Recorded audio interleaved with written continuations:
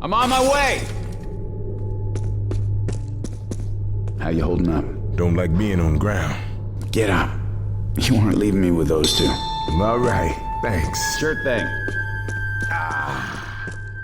Time to heal up, coach.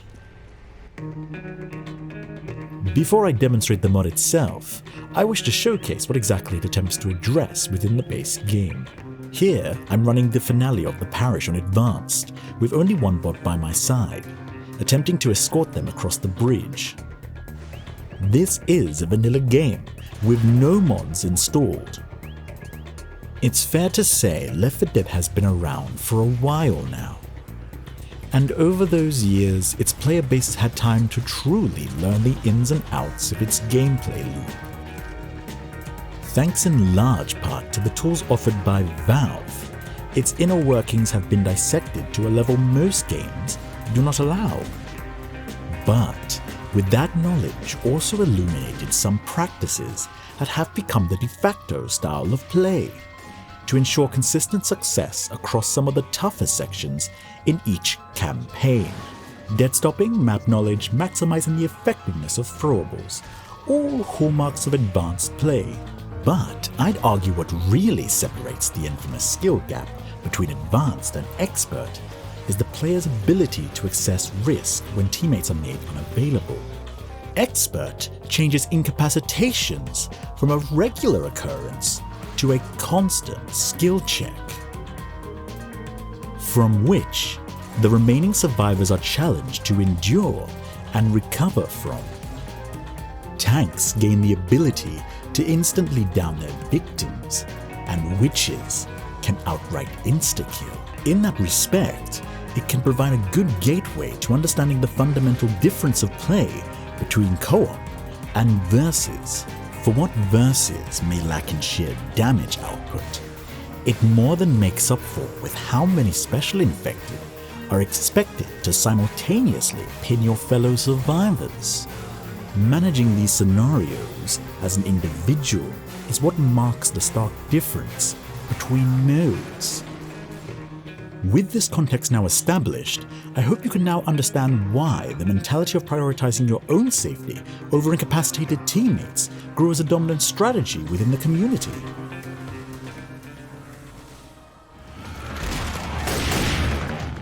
I tried to cover Nick with a sniper rifle, saving him from a hunter and boomer. Since we're split up, I hold my ground safely inside a truck. I'm then forced to leave my safe spot to rescue Nick.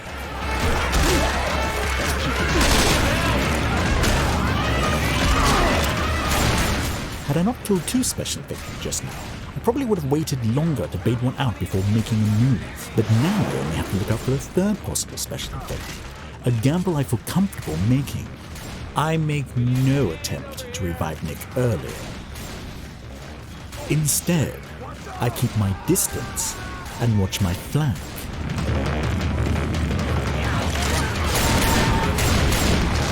I could have saved these pills for Nick, but I used them on myself just in case a jockey blindsides me. The extra health will afford Nick a little more time to shoot him off me. I quickly peek around this truck to ensure no special infected are hiding behind it. You'll notice Nick is getting rather low, but I'm also running out of ammo, so I switch to melee. At this point, the music dies down, indicating the director will now back off, and thus allowing me the breathing room to safely pick Nick back up. You'll be able to better hear any specials lingering around once the calm sets in. A similar situation to before, I take care of the charger, but unfortunately the boomer gets Nick. Despite this, my attention is still first drawn to our flanks. I consider using my pipe bomb earlier, but hold off until the last possible second. What we got here? Down and give me 20. This fooling.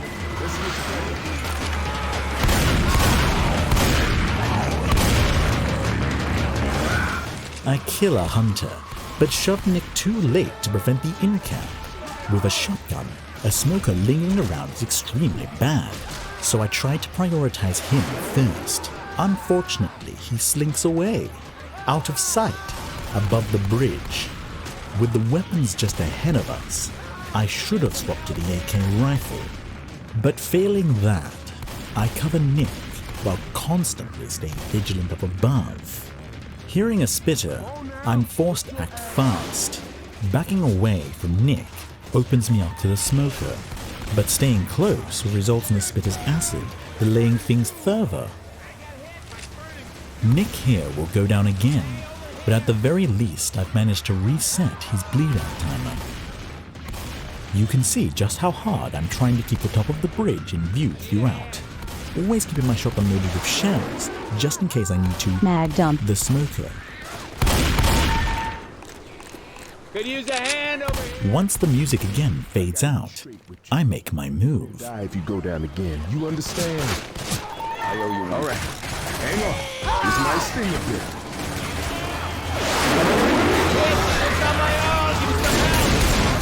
bit. In this example, I heard a smoker behind us earlier. Because of this, I keep my back against the truck to protect myself from his line of sight.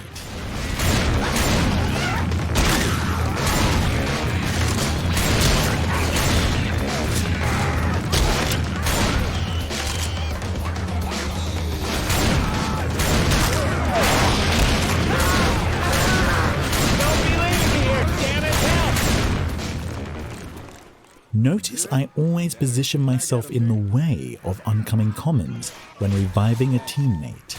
This draws their aggro onto me and prevents a hit resetting Nick's getting up animation. Okay, one last example.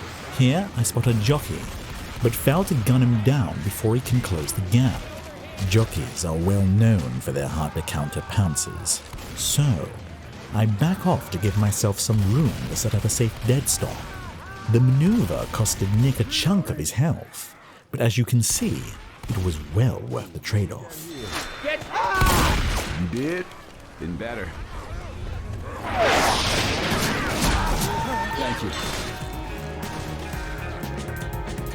It isn't my intention to drag the start of this video out, but I needed to showcase with sufficient evidence just how reliable this approach is in-game. I hope some clear patterns were emerging throughout the examples provided. You can observe how I always position myself behind the incapacitated teammate. This is purposely done to influence the common infected to attack them and not me. Since incap health is nothing more than a mere timer, there's no real incentive to rush. This approach wouldn't be such a problem in pairs, but now throw in 2 more players also aware of this strategy, and you can imagine how passive this playstyle becomes. There's nothing strictly wrong with it from a purely mechanical standpoint, but I think it undermines the suspense of fighting to save your team's life. Especially when 3 of your teammates callously hide behind your body while you act as a damage sponge, soaking up the brunt of a mob's attack. Please bear all this in mind as we begin the video proper.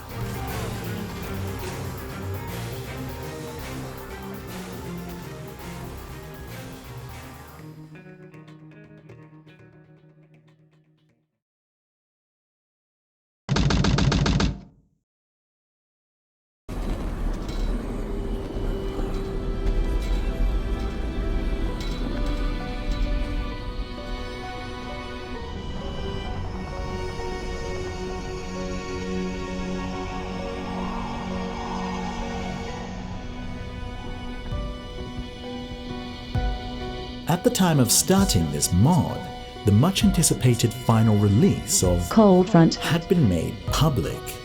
To celebrate the project's completion, I thought it'd be fun to give the video a seasonal spin and showcase the custom campaign throughout.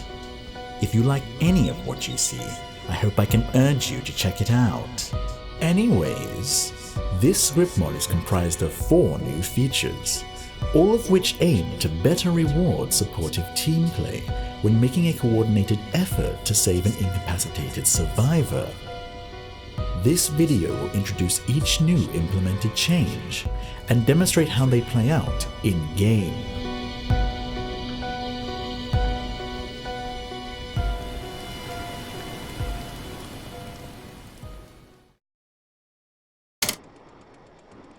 To demonstrate today, give it up for Left 4 Dead 2's power couple. I hate you, Ellis. I love you. To start, first we'll need to incapacitate Nick via a shotgun blast to the face. What? Hey, Alice, you know that shit I was saying? I was just joking, right? Yeah, always wanted to be a murderer. No, no, no!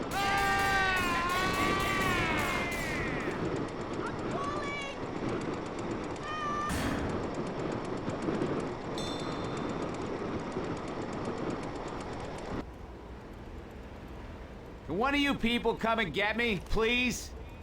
Good. Now let's see what happens to Nick's health when we pick him back up. We're also going to be using Tomar's AV Hood 2 mod. It visually splits the health bar into segments of 25%, making it far easier to gauge just how much bleed out health remains. Well, what are you waiting for? A hug?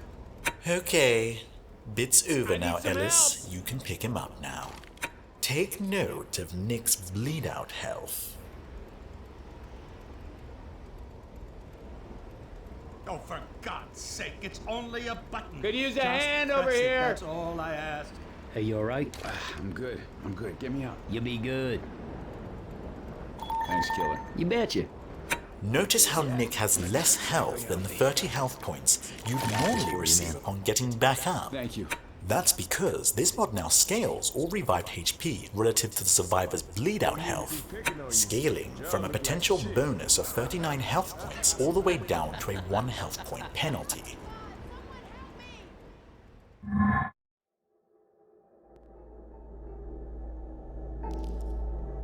But that's not all.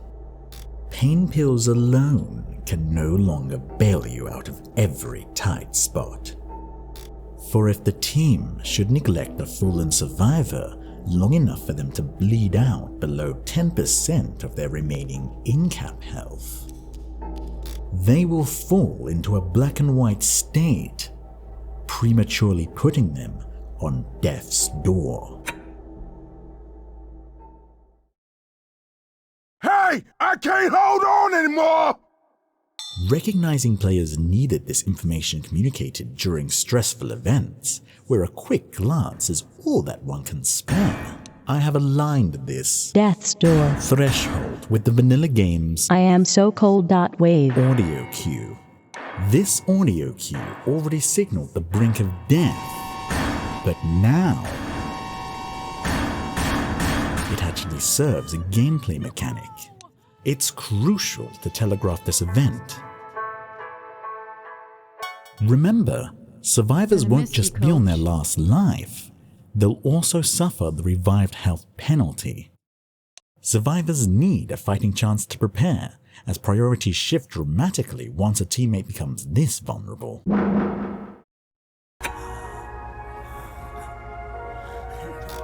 As previously shown, attacks from the infected will reset the reviving process, forcing players to clear an area before making an attempt.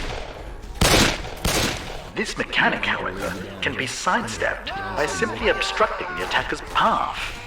Whether an oversight or intentional design, this mod amends this odd discrepancy, interrupting the action and punishing the reviver with a brief directional stagger.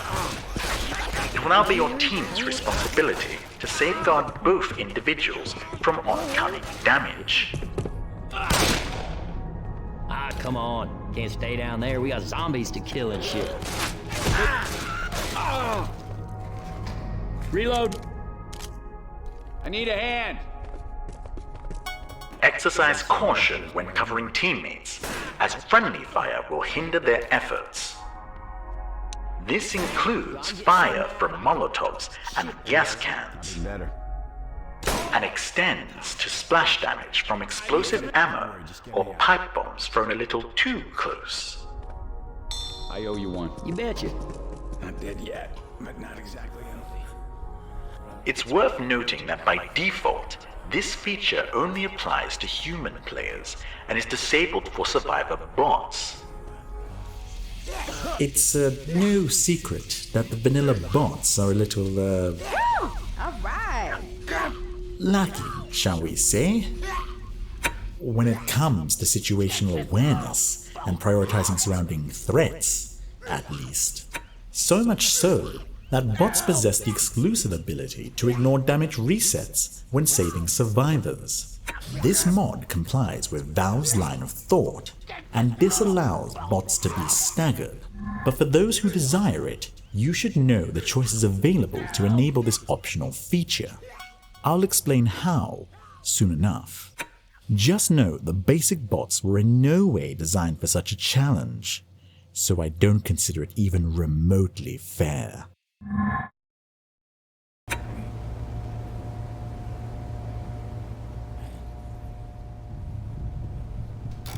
The fourth and final feature doesn't actually change the game's behavior in any way, but rather serves as a complementary layer of textual feedback to the mod's various features.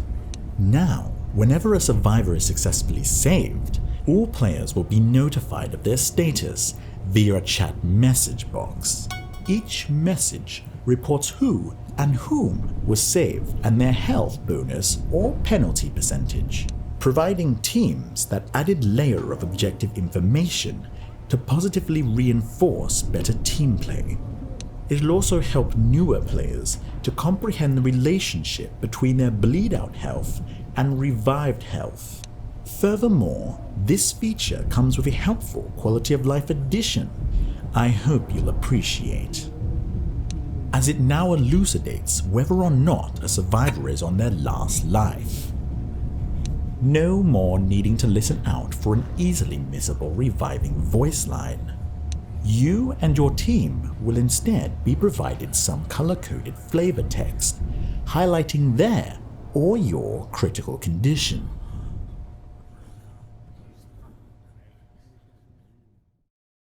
Help me up already! This system is entirely compatible with the mod's own Death's Door mechanic.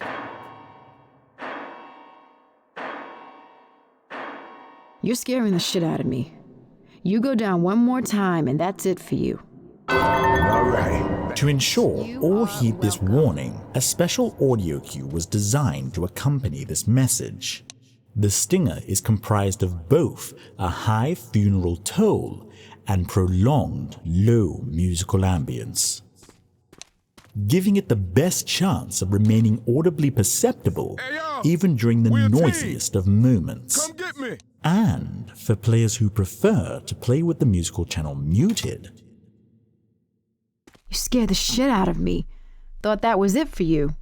One more time down and it will be. Always count on you, bro. Anything for a brother. You'll be glad to know the mod's audio cue still partially functions.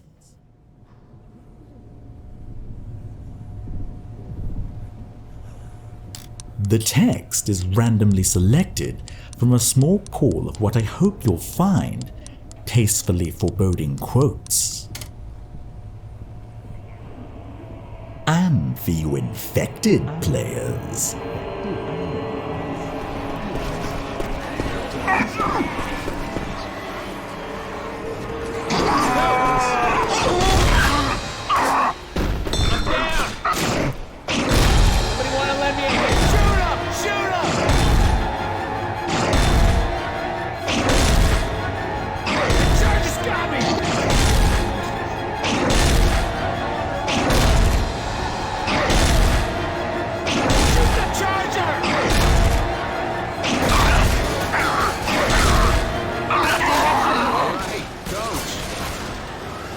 Watch out! One more time and that's it. you too will reap the benefits of this notification system with your own set of predacious warnings.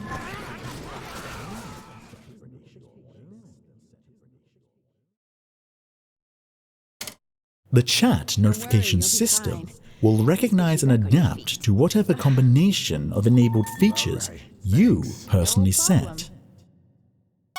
So even if you should disable the scaling health features of this mod, this system will still prove helpful in reporting relevant information.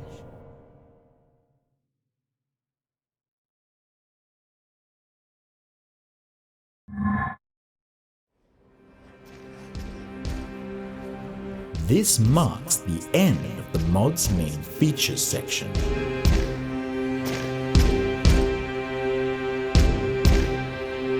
I thank you for your time, but it's safe to say, if the changes you've seen so far interest you none,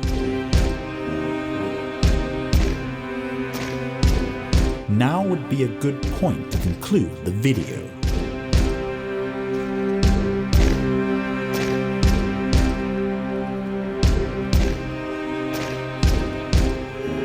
If you're still interested, however, there's still plenty more to see.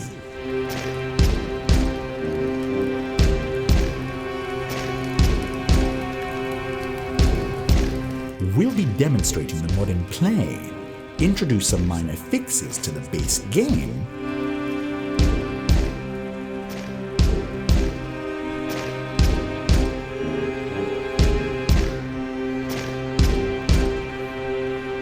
and take you through a crash course of how to customize the mod settings to your liking.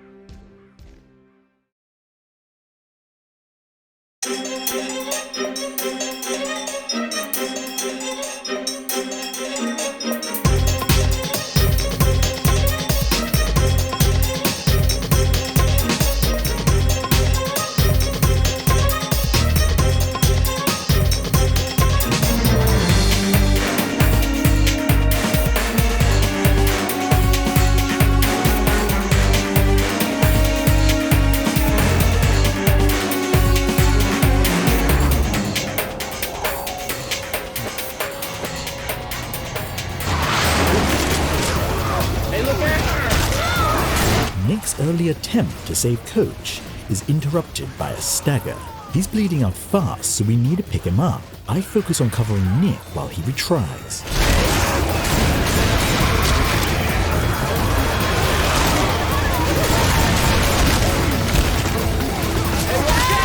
With 3 survivors down, I panic and try to revive earlier than I should have, getting punished for doing so.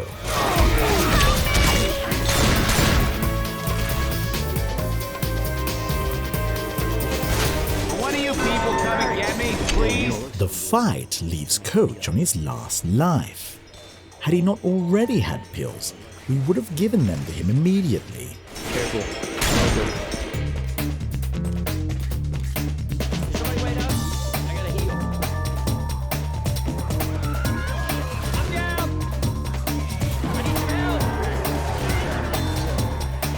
With a horde incoming, Coach only has a few seconds to make a move.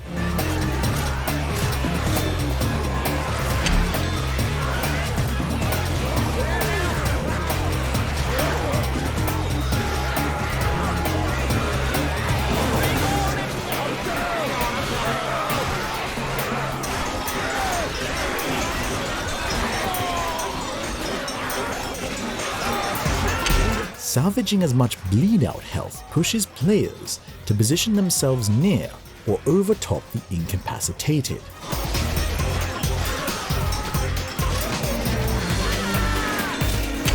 Doing so takes some of the heat off of the down survivor at the cost of exposing themselves to more damage.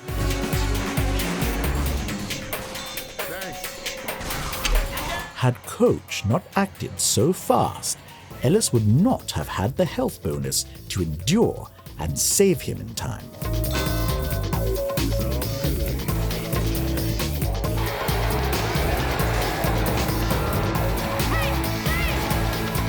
often delegated to a codependent supportive role, the fragile Spitter can't do much alone. Her acid inflicts minimal damage down players. Her real strength lies in the ability to delay survivors. Spitting too late, however, would often result in players tanking the measly startup damage. This mod restores her utility in denying these rescue attempts, rewarding the infected team long-term by chipping away at the survivor's health should they be saved, affording her more options to make some meaningful plays independently.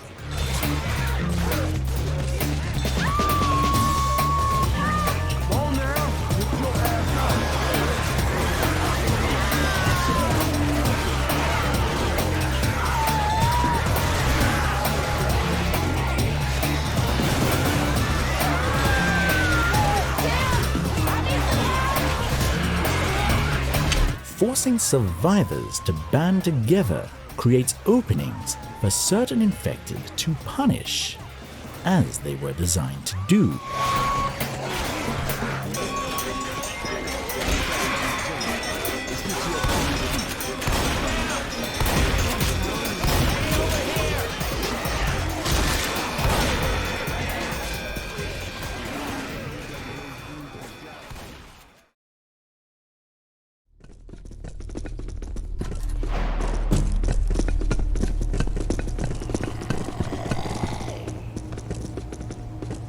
Let's stop. Yes, show you right. I'm game. I hear a hunter. Man, I love malls. I do. Once I was in this mall up in Atlanta, and these guys were dancing for like money and stuff, and my friend Dave and I You know was what I all like best about your stories, Alice? The sound they make Boy, when they stop. You are wearing me out. Okay, oh God. This was a mistake.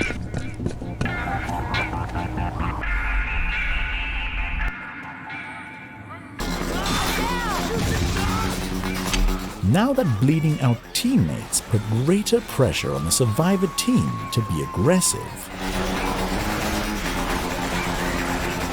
it's often more advantageous to hang back and use the fallen as bait for an ambush. Bunching up to fight the Boomer's horde allows the Spitter to punish and further delay things, buying the Smoker enough time to follow up on my incapacitation of Ellis.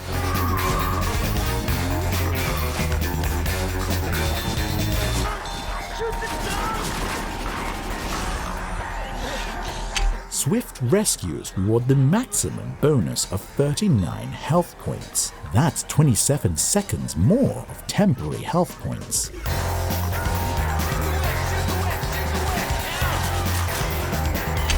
Witches that shred through a survivor's health can easily inflict harsh penalties, if not quickly kill.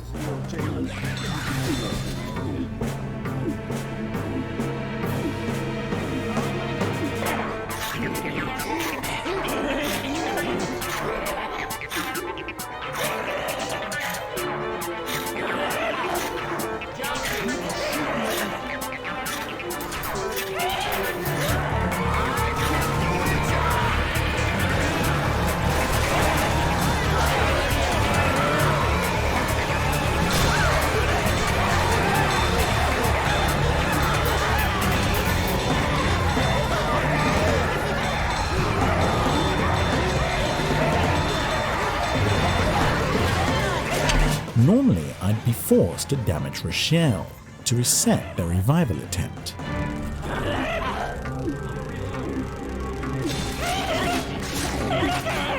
But now, scratching Coach works just as well, even helping the Charger to strike and quickly incap him.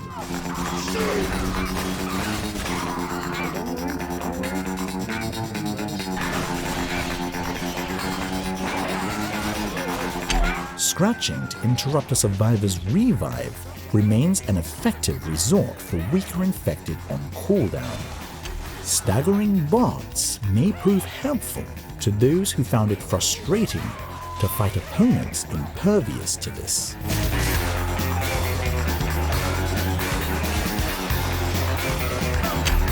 you're more likely to see players position themselves in front of downed teammates during gauntlet events.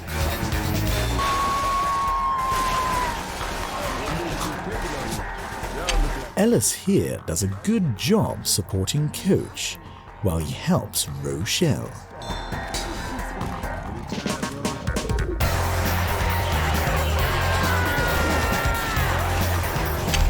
Every percent lost is potential health being drained, encouraging hasty rushes to save each other.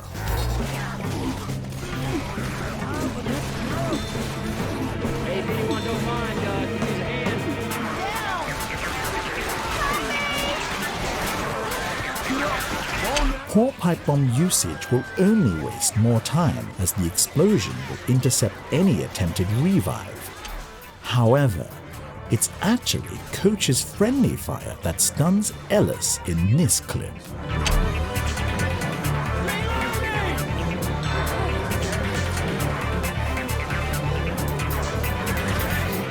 Incapacitations caused by fatal ledges have been left unchanged.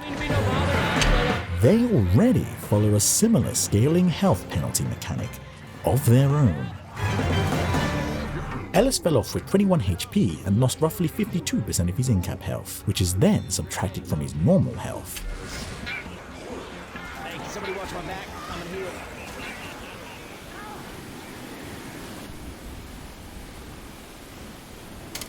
Let's talk about ledge grab incapacitations for a second. There has always been a situational health exploit tied to them. One that allowed a survivor of 1 health point exactly to intentionally incapacitate themselves on a ledge. Upon being saved, their health would reset, erroneously healing them for 30 temporary health points. Since ledge grabs do not count towards a survivor's in-cap limit, this bug can be abused ad infinitum.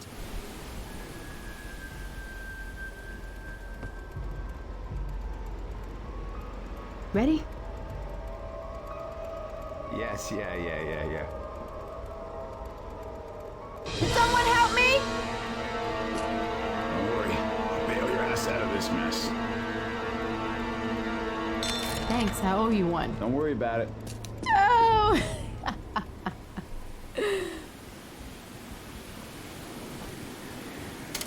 Due to the health penalties of this mod, there's a greater chance a player may resort to this exploit.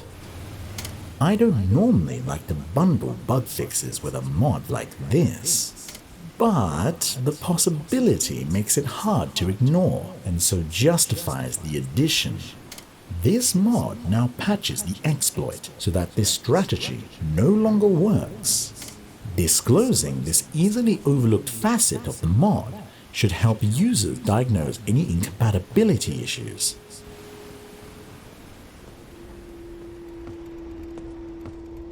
Alright, you guys ready? Yes. Can someone help me? Don't worry, I'll bail your ass out of this mess. Thanks. Don't worry about it. This is some grim shit we got ourselves into. Blarg! We don't have time for this shit! There is a greater reason for using Cold Front as the testbed for this mod than footage alone. While it isn't unheard of for custom campaigns to feature entirely new scripted NPCs, Hello there. Hello. Come on in. few allow them to truly fight alongside and occupy a space on the team like Mike showcases. Terry retreated and locked down the warehouse. I think they were trying to slow down the infected. There's a safe house not far down the road. I can open the gate so we can head there, but it's gonna set off an alarm, so I need you to cover me. All right, let's get it on. Cover me. Comprised of plenty of his own original assets, Mike is more than a straightforward bill replacement. This, however, presented a problem, as the mod originally wouldn't account for the poor operator.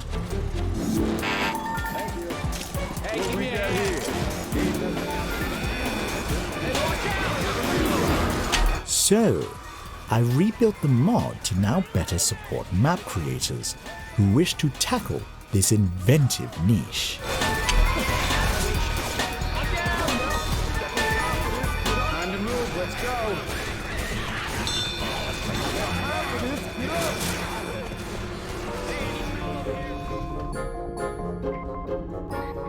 This should extend to mods that spawn additional survivors on the player's team.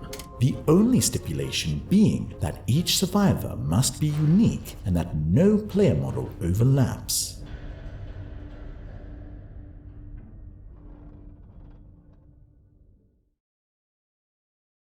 We have a problem! Holy shit! 1, 2, 3, 4.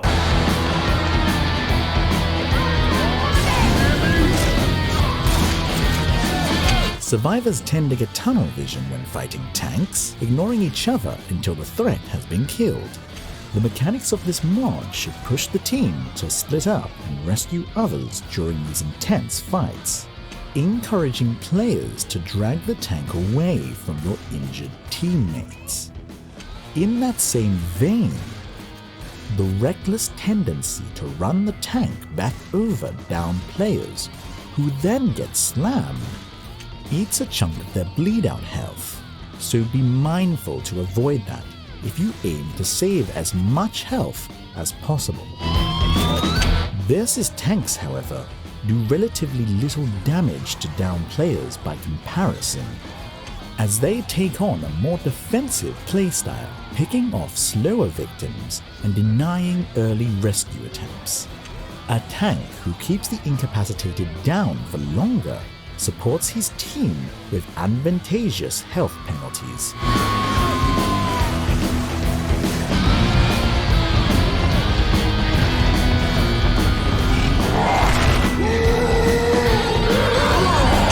This is especially relevant in versus finales, where a single down survivor freezes their collective progress.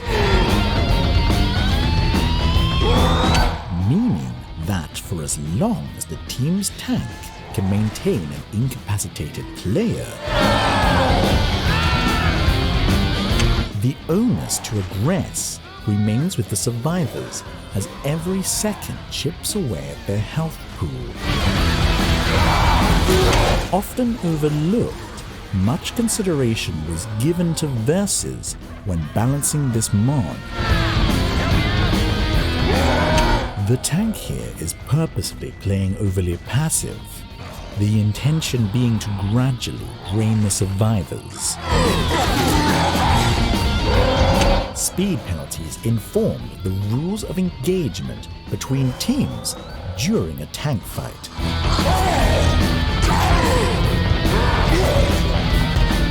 Restricting the health bonus to a maximum of 39 ensures those revived still remain at limping speed. Survivors being forced to expend health resources if they wish to run at full speed again is vital to maintain. Otherwise, sustaining pressure as a tank becomes frustratingly difficult, especially if adrenaline is in play.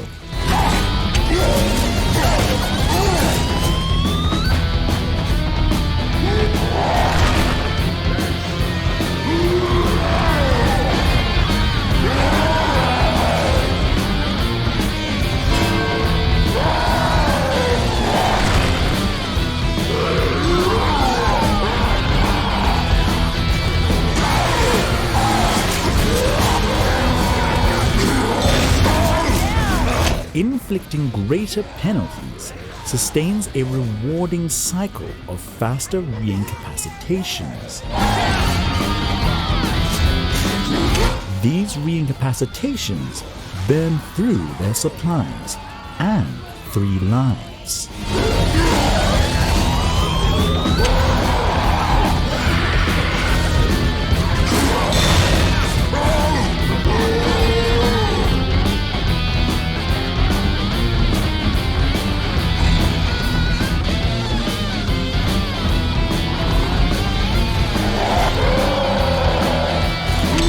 eventually that pressure becomes too much and the survivor team collapses.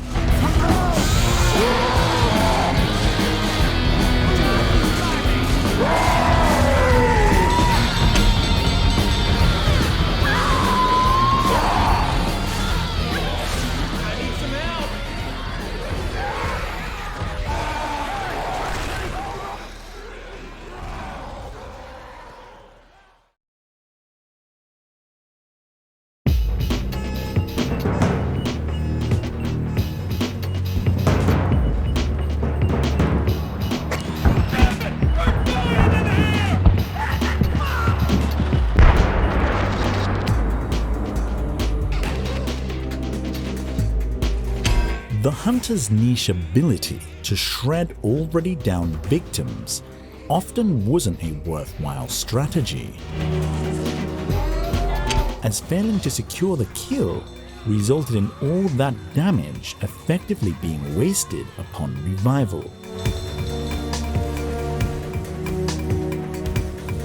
The opportunity to easily inflict large penalties or even an early death's door makes this strategy more viable.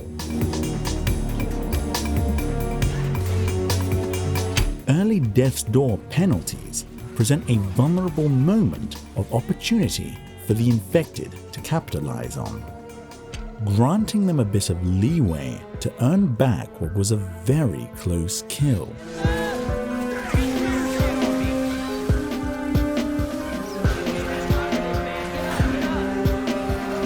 Health kits can make wearing the survivor team down a real pain in versus mode, which is why rule sets like Confoggle outright remove them. And while this mod doesn't provide a perfect solution to this problem, it does help alleviate the issue somewhat. Ideally, low revives lead to successive incaps, which burn through pills and lives, forcing earlier health kit usage. This shift should hopefully see more rounds end in a slow but satisfying burn for the infected, in which a weakened team worn down to their last legs are overwhelmed, as opposed to relying on flashy death charges or a tank to wipe the enemy team. The constant dwindling better incentivizes scavenging when possible, as moments of scarcity normally wouldn't occur until late into a chapter, at which point rushing for the safe room became the superior option.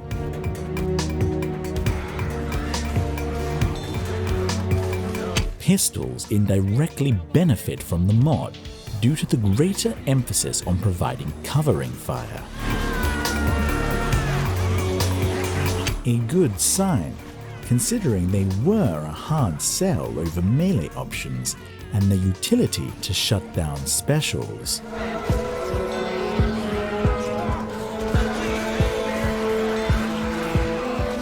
Keep this in mind when straying to rescue stragglers who wander off. If there's no one to provide cover, it'll be a struggle to save them alone. Reviving anyone demands a cooperative effort from everyone, so move together as a group.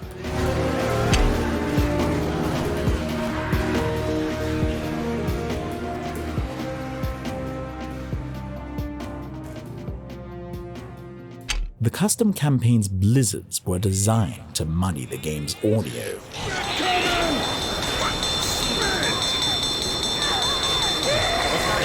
I'll leave it to you to judge the effectiveness of the mod's black and white audio cue.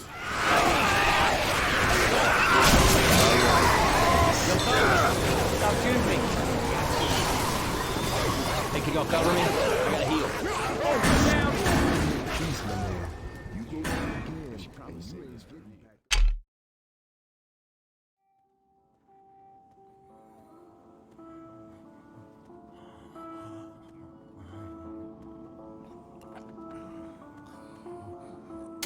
The changes introduced may generally result in a tougher experience. However, this is not an overbearing Kill ya super dead difficulty mod.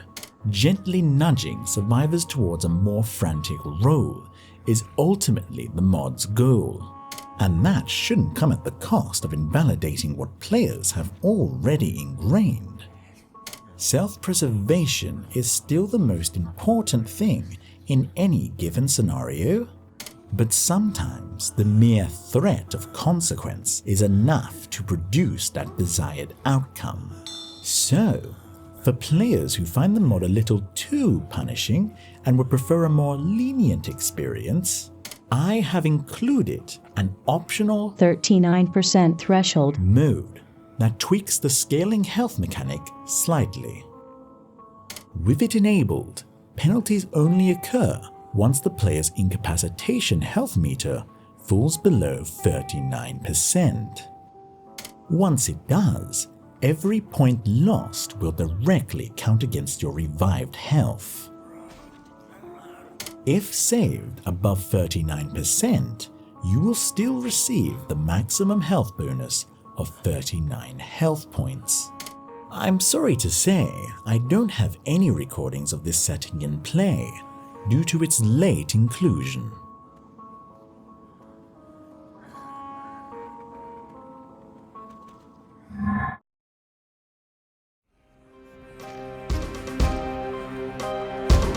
That concludes our showreel of gameplay demos. You should by now have a clear understanding of what one can expect with the mod installed. Before we close up the video for good, let me take you through the easy process of further configuring the mod selections of settings.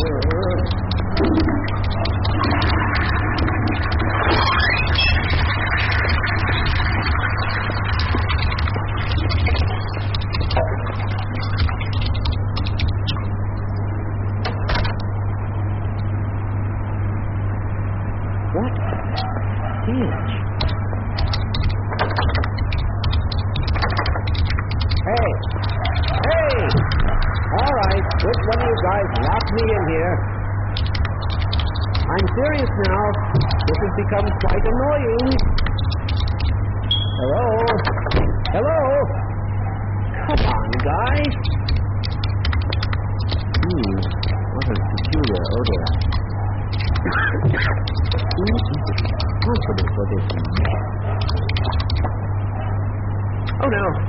I've got to get out of here! No! Please!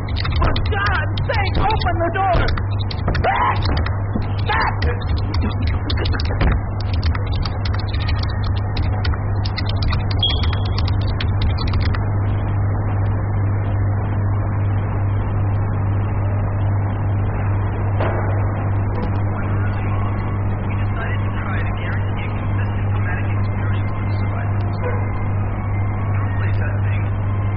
Sessions where the survivor team would occasionally get into downward spiral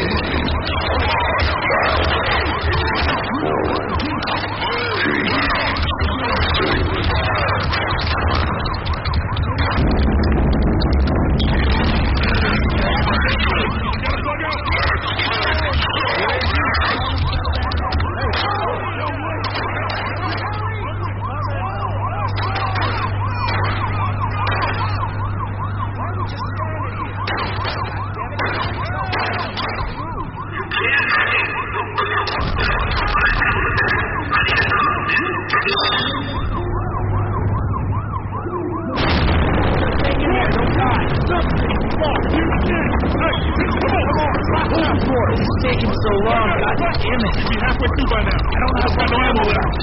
Damn. They're everywhere. Please, my friend. These pieces of shit ain't got nothing on us. Follow my lead. Look out! Whoa! Get in!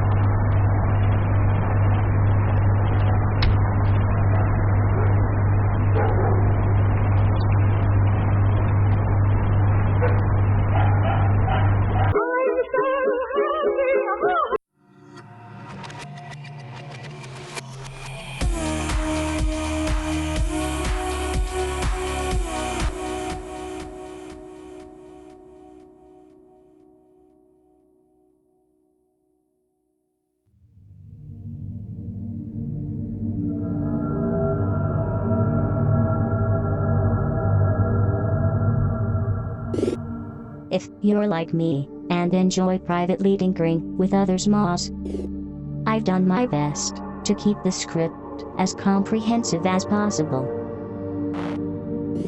And for inquisitive users unfamiliar with Showreel's programming language, each and every line has been annotated to hopefully guide you through its inner workings.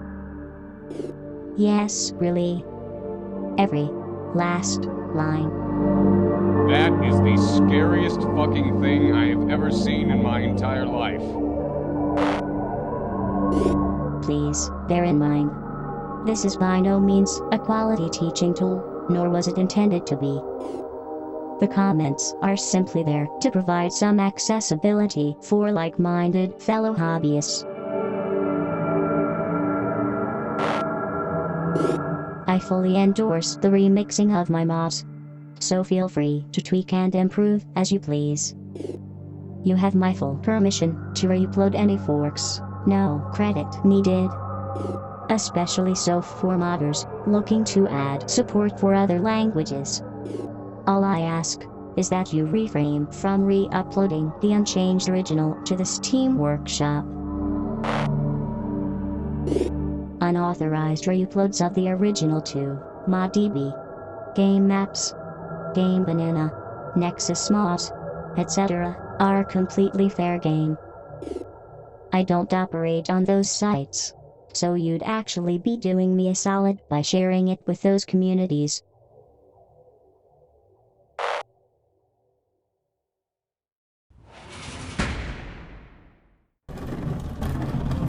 Oh, fiddlesticks. What now?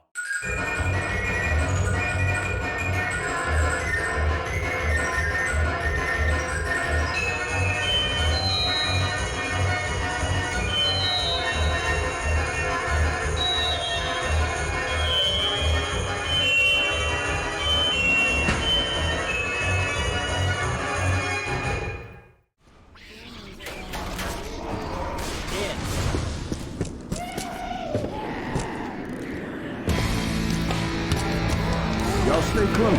Lighten it up. Hey! I'm down. Get up, get up.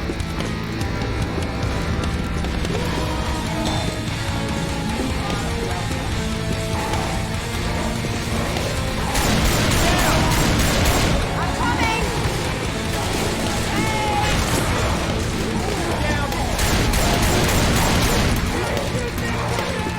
Don't stop shooting.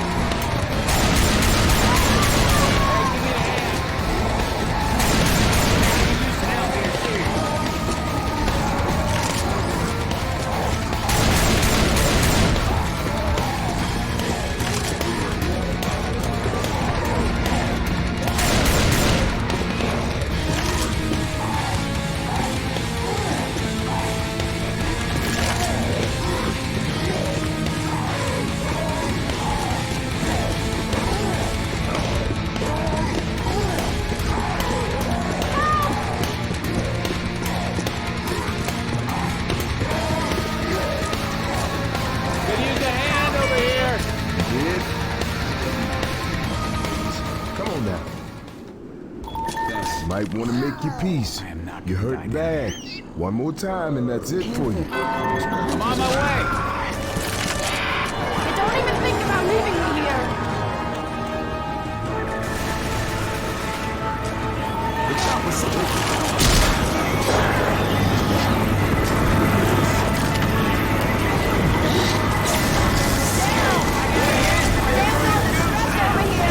shocking me for? Toxins landed. Let's go. Gentlemen, I need some help.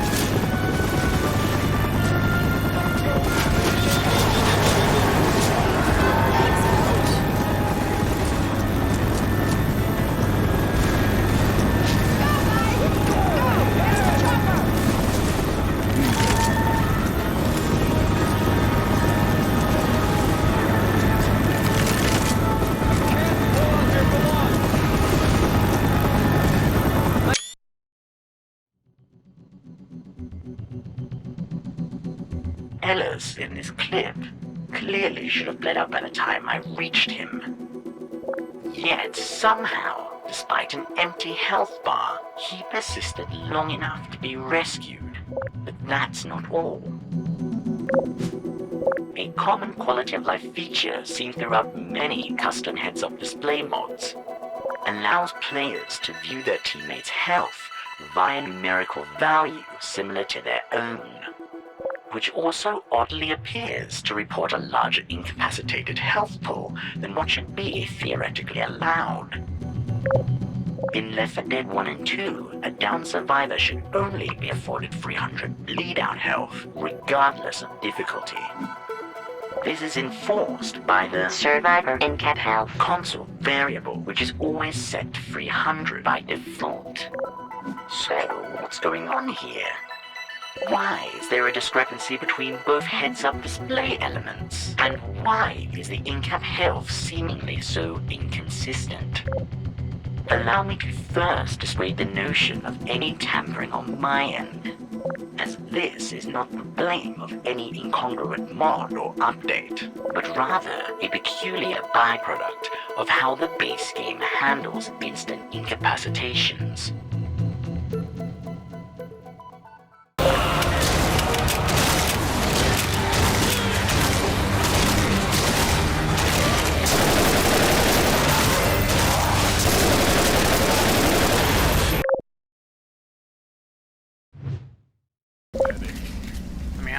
feel awful. Hello? Hello? Hello? Hello?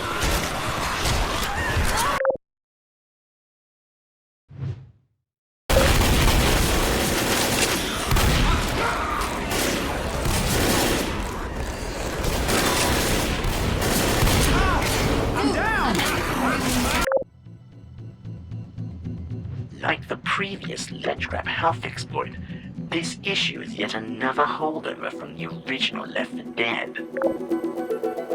I'll try my best to elucidate why this occurs. A player's health pool is comprised of two differing types. Let's dub them core and buffer health points.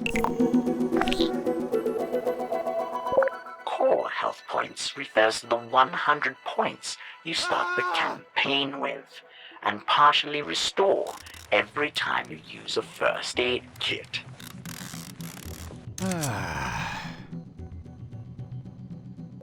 Buffer health points, on the other hand, is the flat temporary health gained from consuming pain pills or taking adrenaline.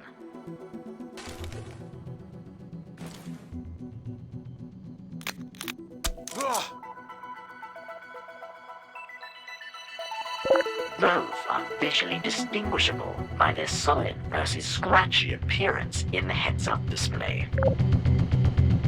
For the sake of demonstration, we'll quickly use a simple script to print both these health values into the developer console. This code is called every time I fire my pistol.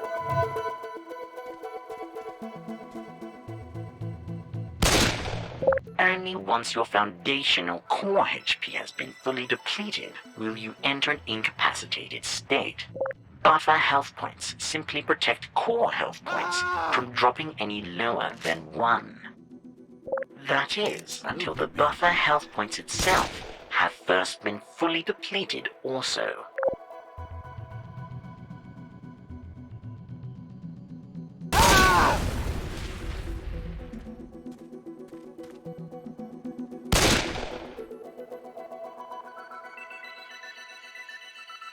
Simple enough, right? We understand how health works in-game. Well, it's important to remember this relationship between health types, as this behavior carries over even when incapacitated, which is where things get a little more confusing. Test time. Quick, tell me, what health type is this? Core or buffer? Based on temporary health's decaying nature and visuals, you would assume it to be buffer, right? Sorry to pop in unannounced. Gentlemen, it seems I am not the only spy. Oh, please, you are an amateur and a fool, and I'm afraid you suck! What did they expect? The outcome was never reached. Presumably textured like so, to intuitively convey to players that their incap health was draining. While temporary health may decay, it's not a trait exclusive to buffer health, which is why, for the sake of this topic, I refrain from using such terms as temporary and permanent health. But this still doesn't answer our question. For that, we'll need to look to damage calculations, the other piece of the puzzle. Like most video games, damage calculations are a mess of mathematical equations. We can ignore most of that, however, as our concern lies with what we'll call fatal damage. Fatal damage is used to describe the very last killing blow that empties a player's health pool.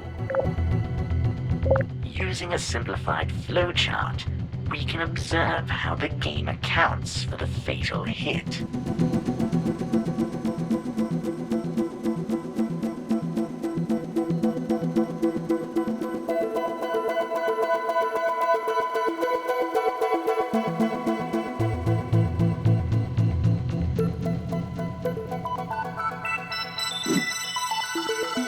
If the damage received exceeds the player's remaining health pool, it'll skip the now unnecessary process of damage deduction. Instead, it jumps to incapacitating the player and resets their core health points to 300. Note that I only mentioned core health points resetting, and this is where the problem lies. Val neglected to also reset the player's buffer health points upon incapacitation, meaning that whatever amount of buffer health you had prior to the fatal damage check is then erroneously carried over to your new bleed-out health pool. Side note, upon being revived, buffer health will always be correctly reset using the Survivor Revive Health console variable. Further compounding the issue is the fact buffer health points cannot be directly touched until core health points have been reduced to 1. Fortunately, buffer health points continue to simultaneously tick away, even while incapacitated. An extra 5 or 10 buffer health points will dissipate long before it realistically extends the life of any bleeding out player. But the same cannot be said when we consider exceptionally high damage sources. Piss the witch off! I'm down! Down! What? Down!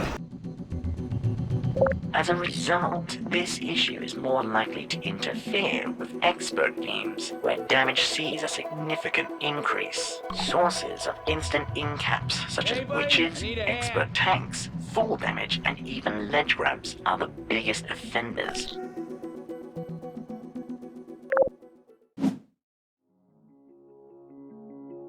So, now that you understand why, what exactly do we do about this?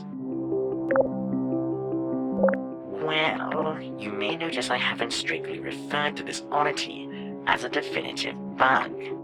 It could be argued that this mechanic intentionally serves as a way to balance instant incaps. Rather than wasting all that buffer health, it now acts as a safety net to buy teammates more time to rescue you, as it evidently did for Ellis in the first clip.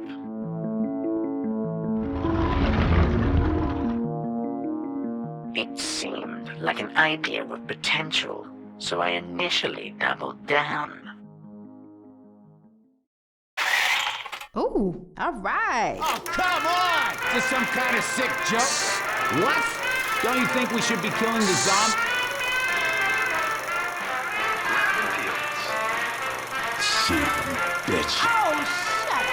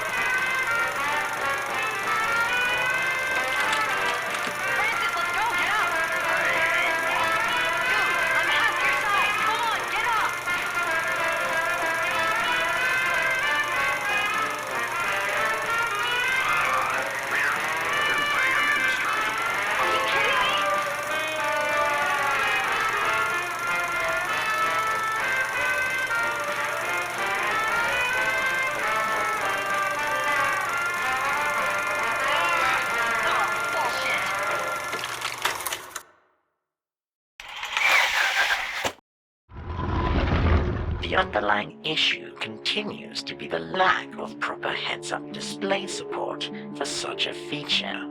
You have to remember, vanilla Left 4 Dead doesn't display teammates' numerical health. When bleeding out, the heads-up display's restrictions can't visually communicate this information. Even with numbers, determining your buffer health bonus remained unclear and unintuitive. The mechanic also proved itself to be unfair for infected players, whom couldn't see this hidden health type for incapacitated survivors leading to further confusion and frustration. The default 300 incap health sits as a very fair amount. Not too much, not too little. If truly intentional, I consider this obscure mechanic in its current implementation too detrimental to leave as it is. Its capacity to mess with muscle memory and produce unpredictable results where there should not be bothers me enough that removing it entirely appears to ultimately be the right call. So now incapacitations always correctly clear any buffer health, including ones from fatal ledge grabs. But don't worry, the buffer health you had prior to falling off will be correctly restored if saved. Before we close out, there's one last thing I should mention. I'm not the first person on the workshop to fix this specific issue. User Interneted here beat me to the punch by the time I published this video. What's worse is we both figured the exact same one line of code solution to patch the problem. I try and make it a point to avoid stepping on other workshoppers' toes when uploading stuff. I hope keeping this mod packaged as a bundled deal prevents it from undermining other users' submissions. If you're simply looking for a lightweight fix to this issue, let me redirect you to his mod instead.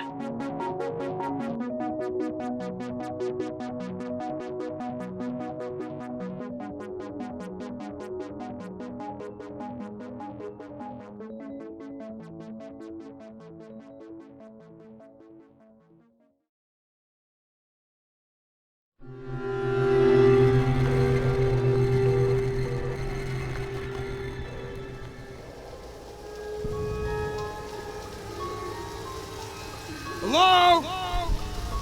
Is anyone there?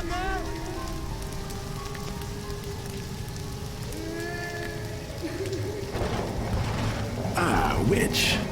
I'm gonna give her something to cry about. Witch! What? Oh.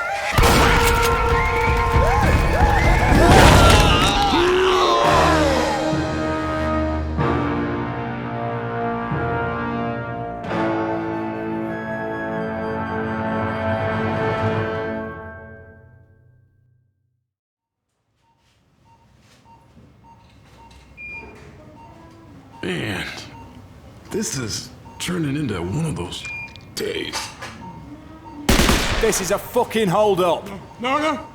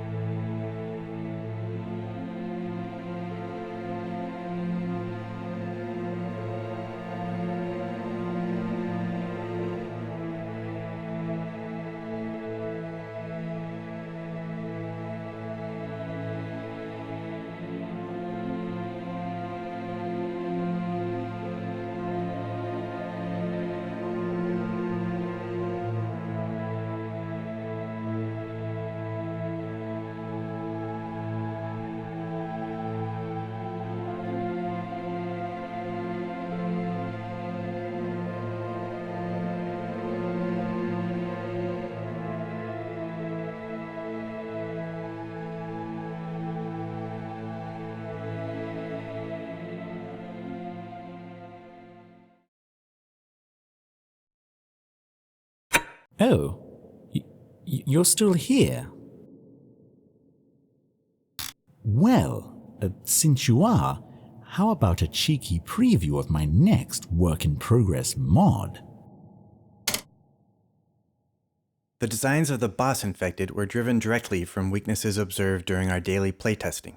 For example, in the very early days of the game, there were only common infected. As a result, the survivors had a very simple rule of shoot everything that moves. Although this was fun, it lacked tactical depth and variety. The Boomer's goal was to shake this simple rule up a bit, and he became the zombie that you do not want to shoot. Originally, the Boomer just exploded when shot, instantly dealing a lot of damage to everyone nearby, or even the whole team if someone made a bad decision in close quarters. Valve cut this damage-dealing version of the Boomer. So I'm re-adding him back in as an entirely new special infected called the Fat Man. I'm still working on the model, however, so for now we'll be using a modified Boomer.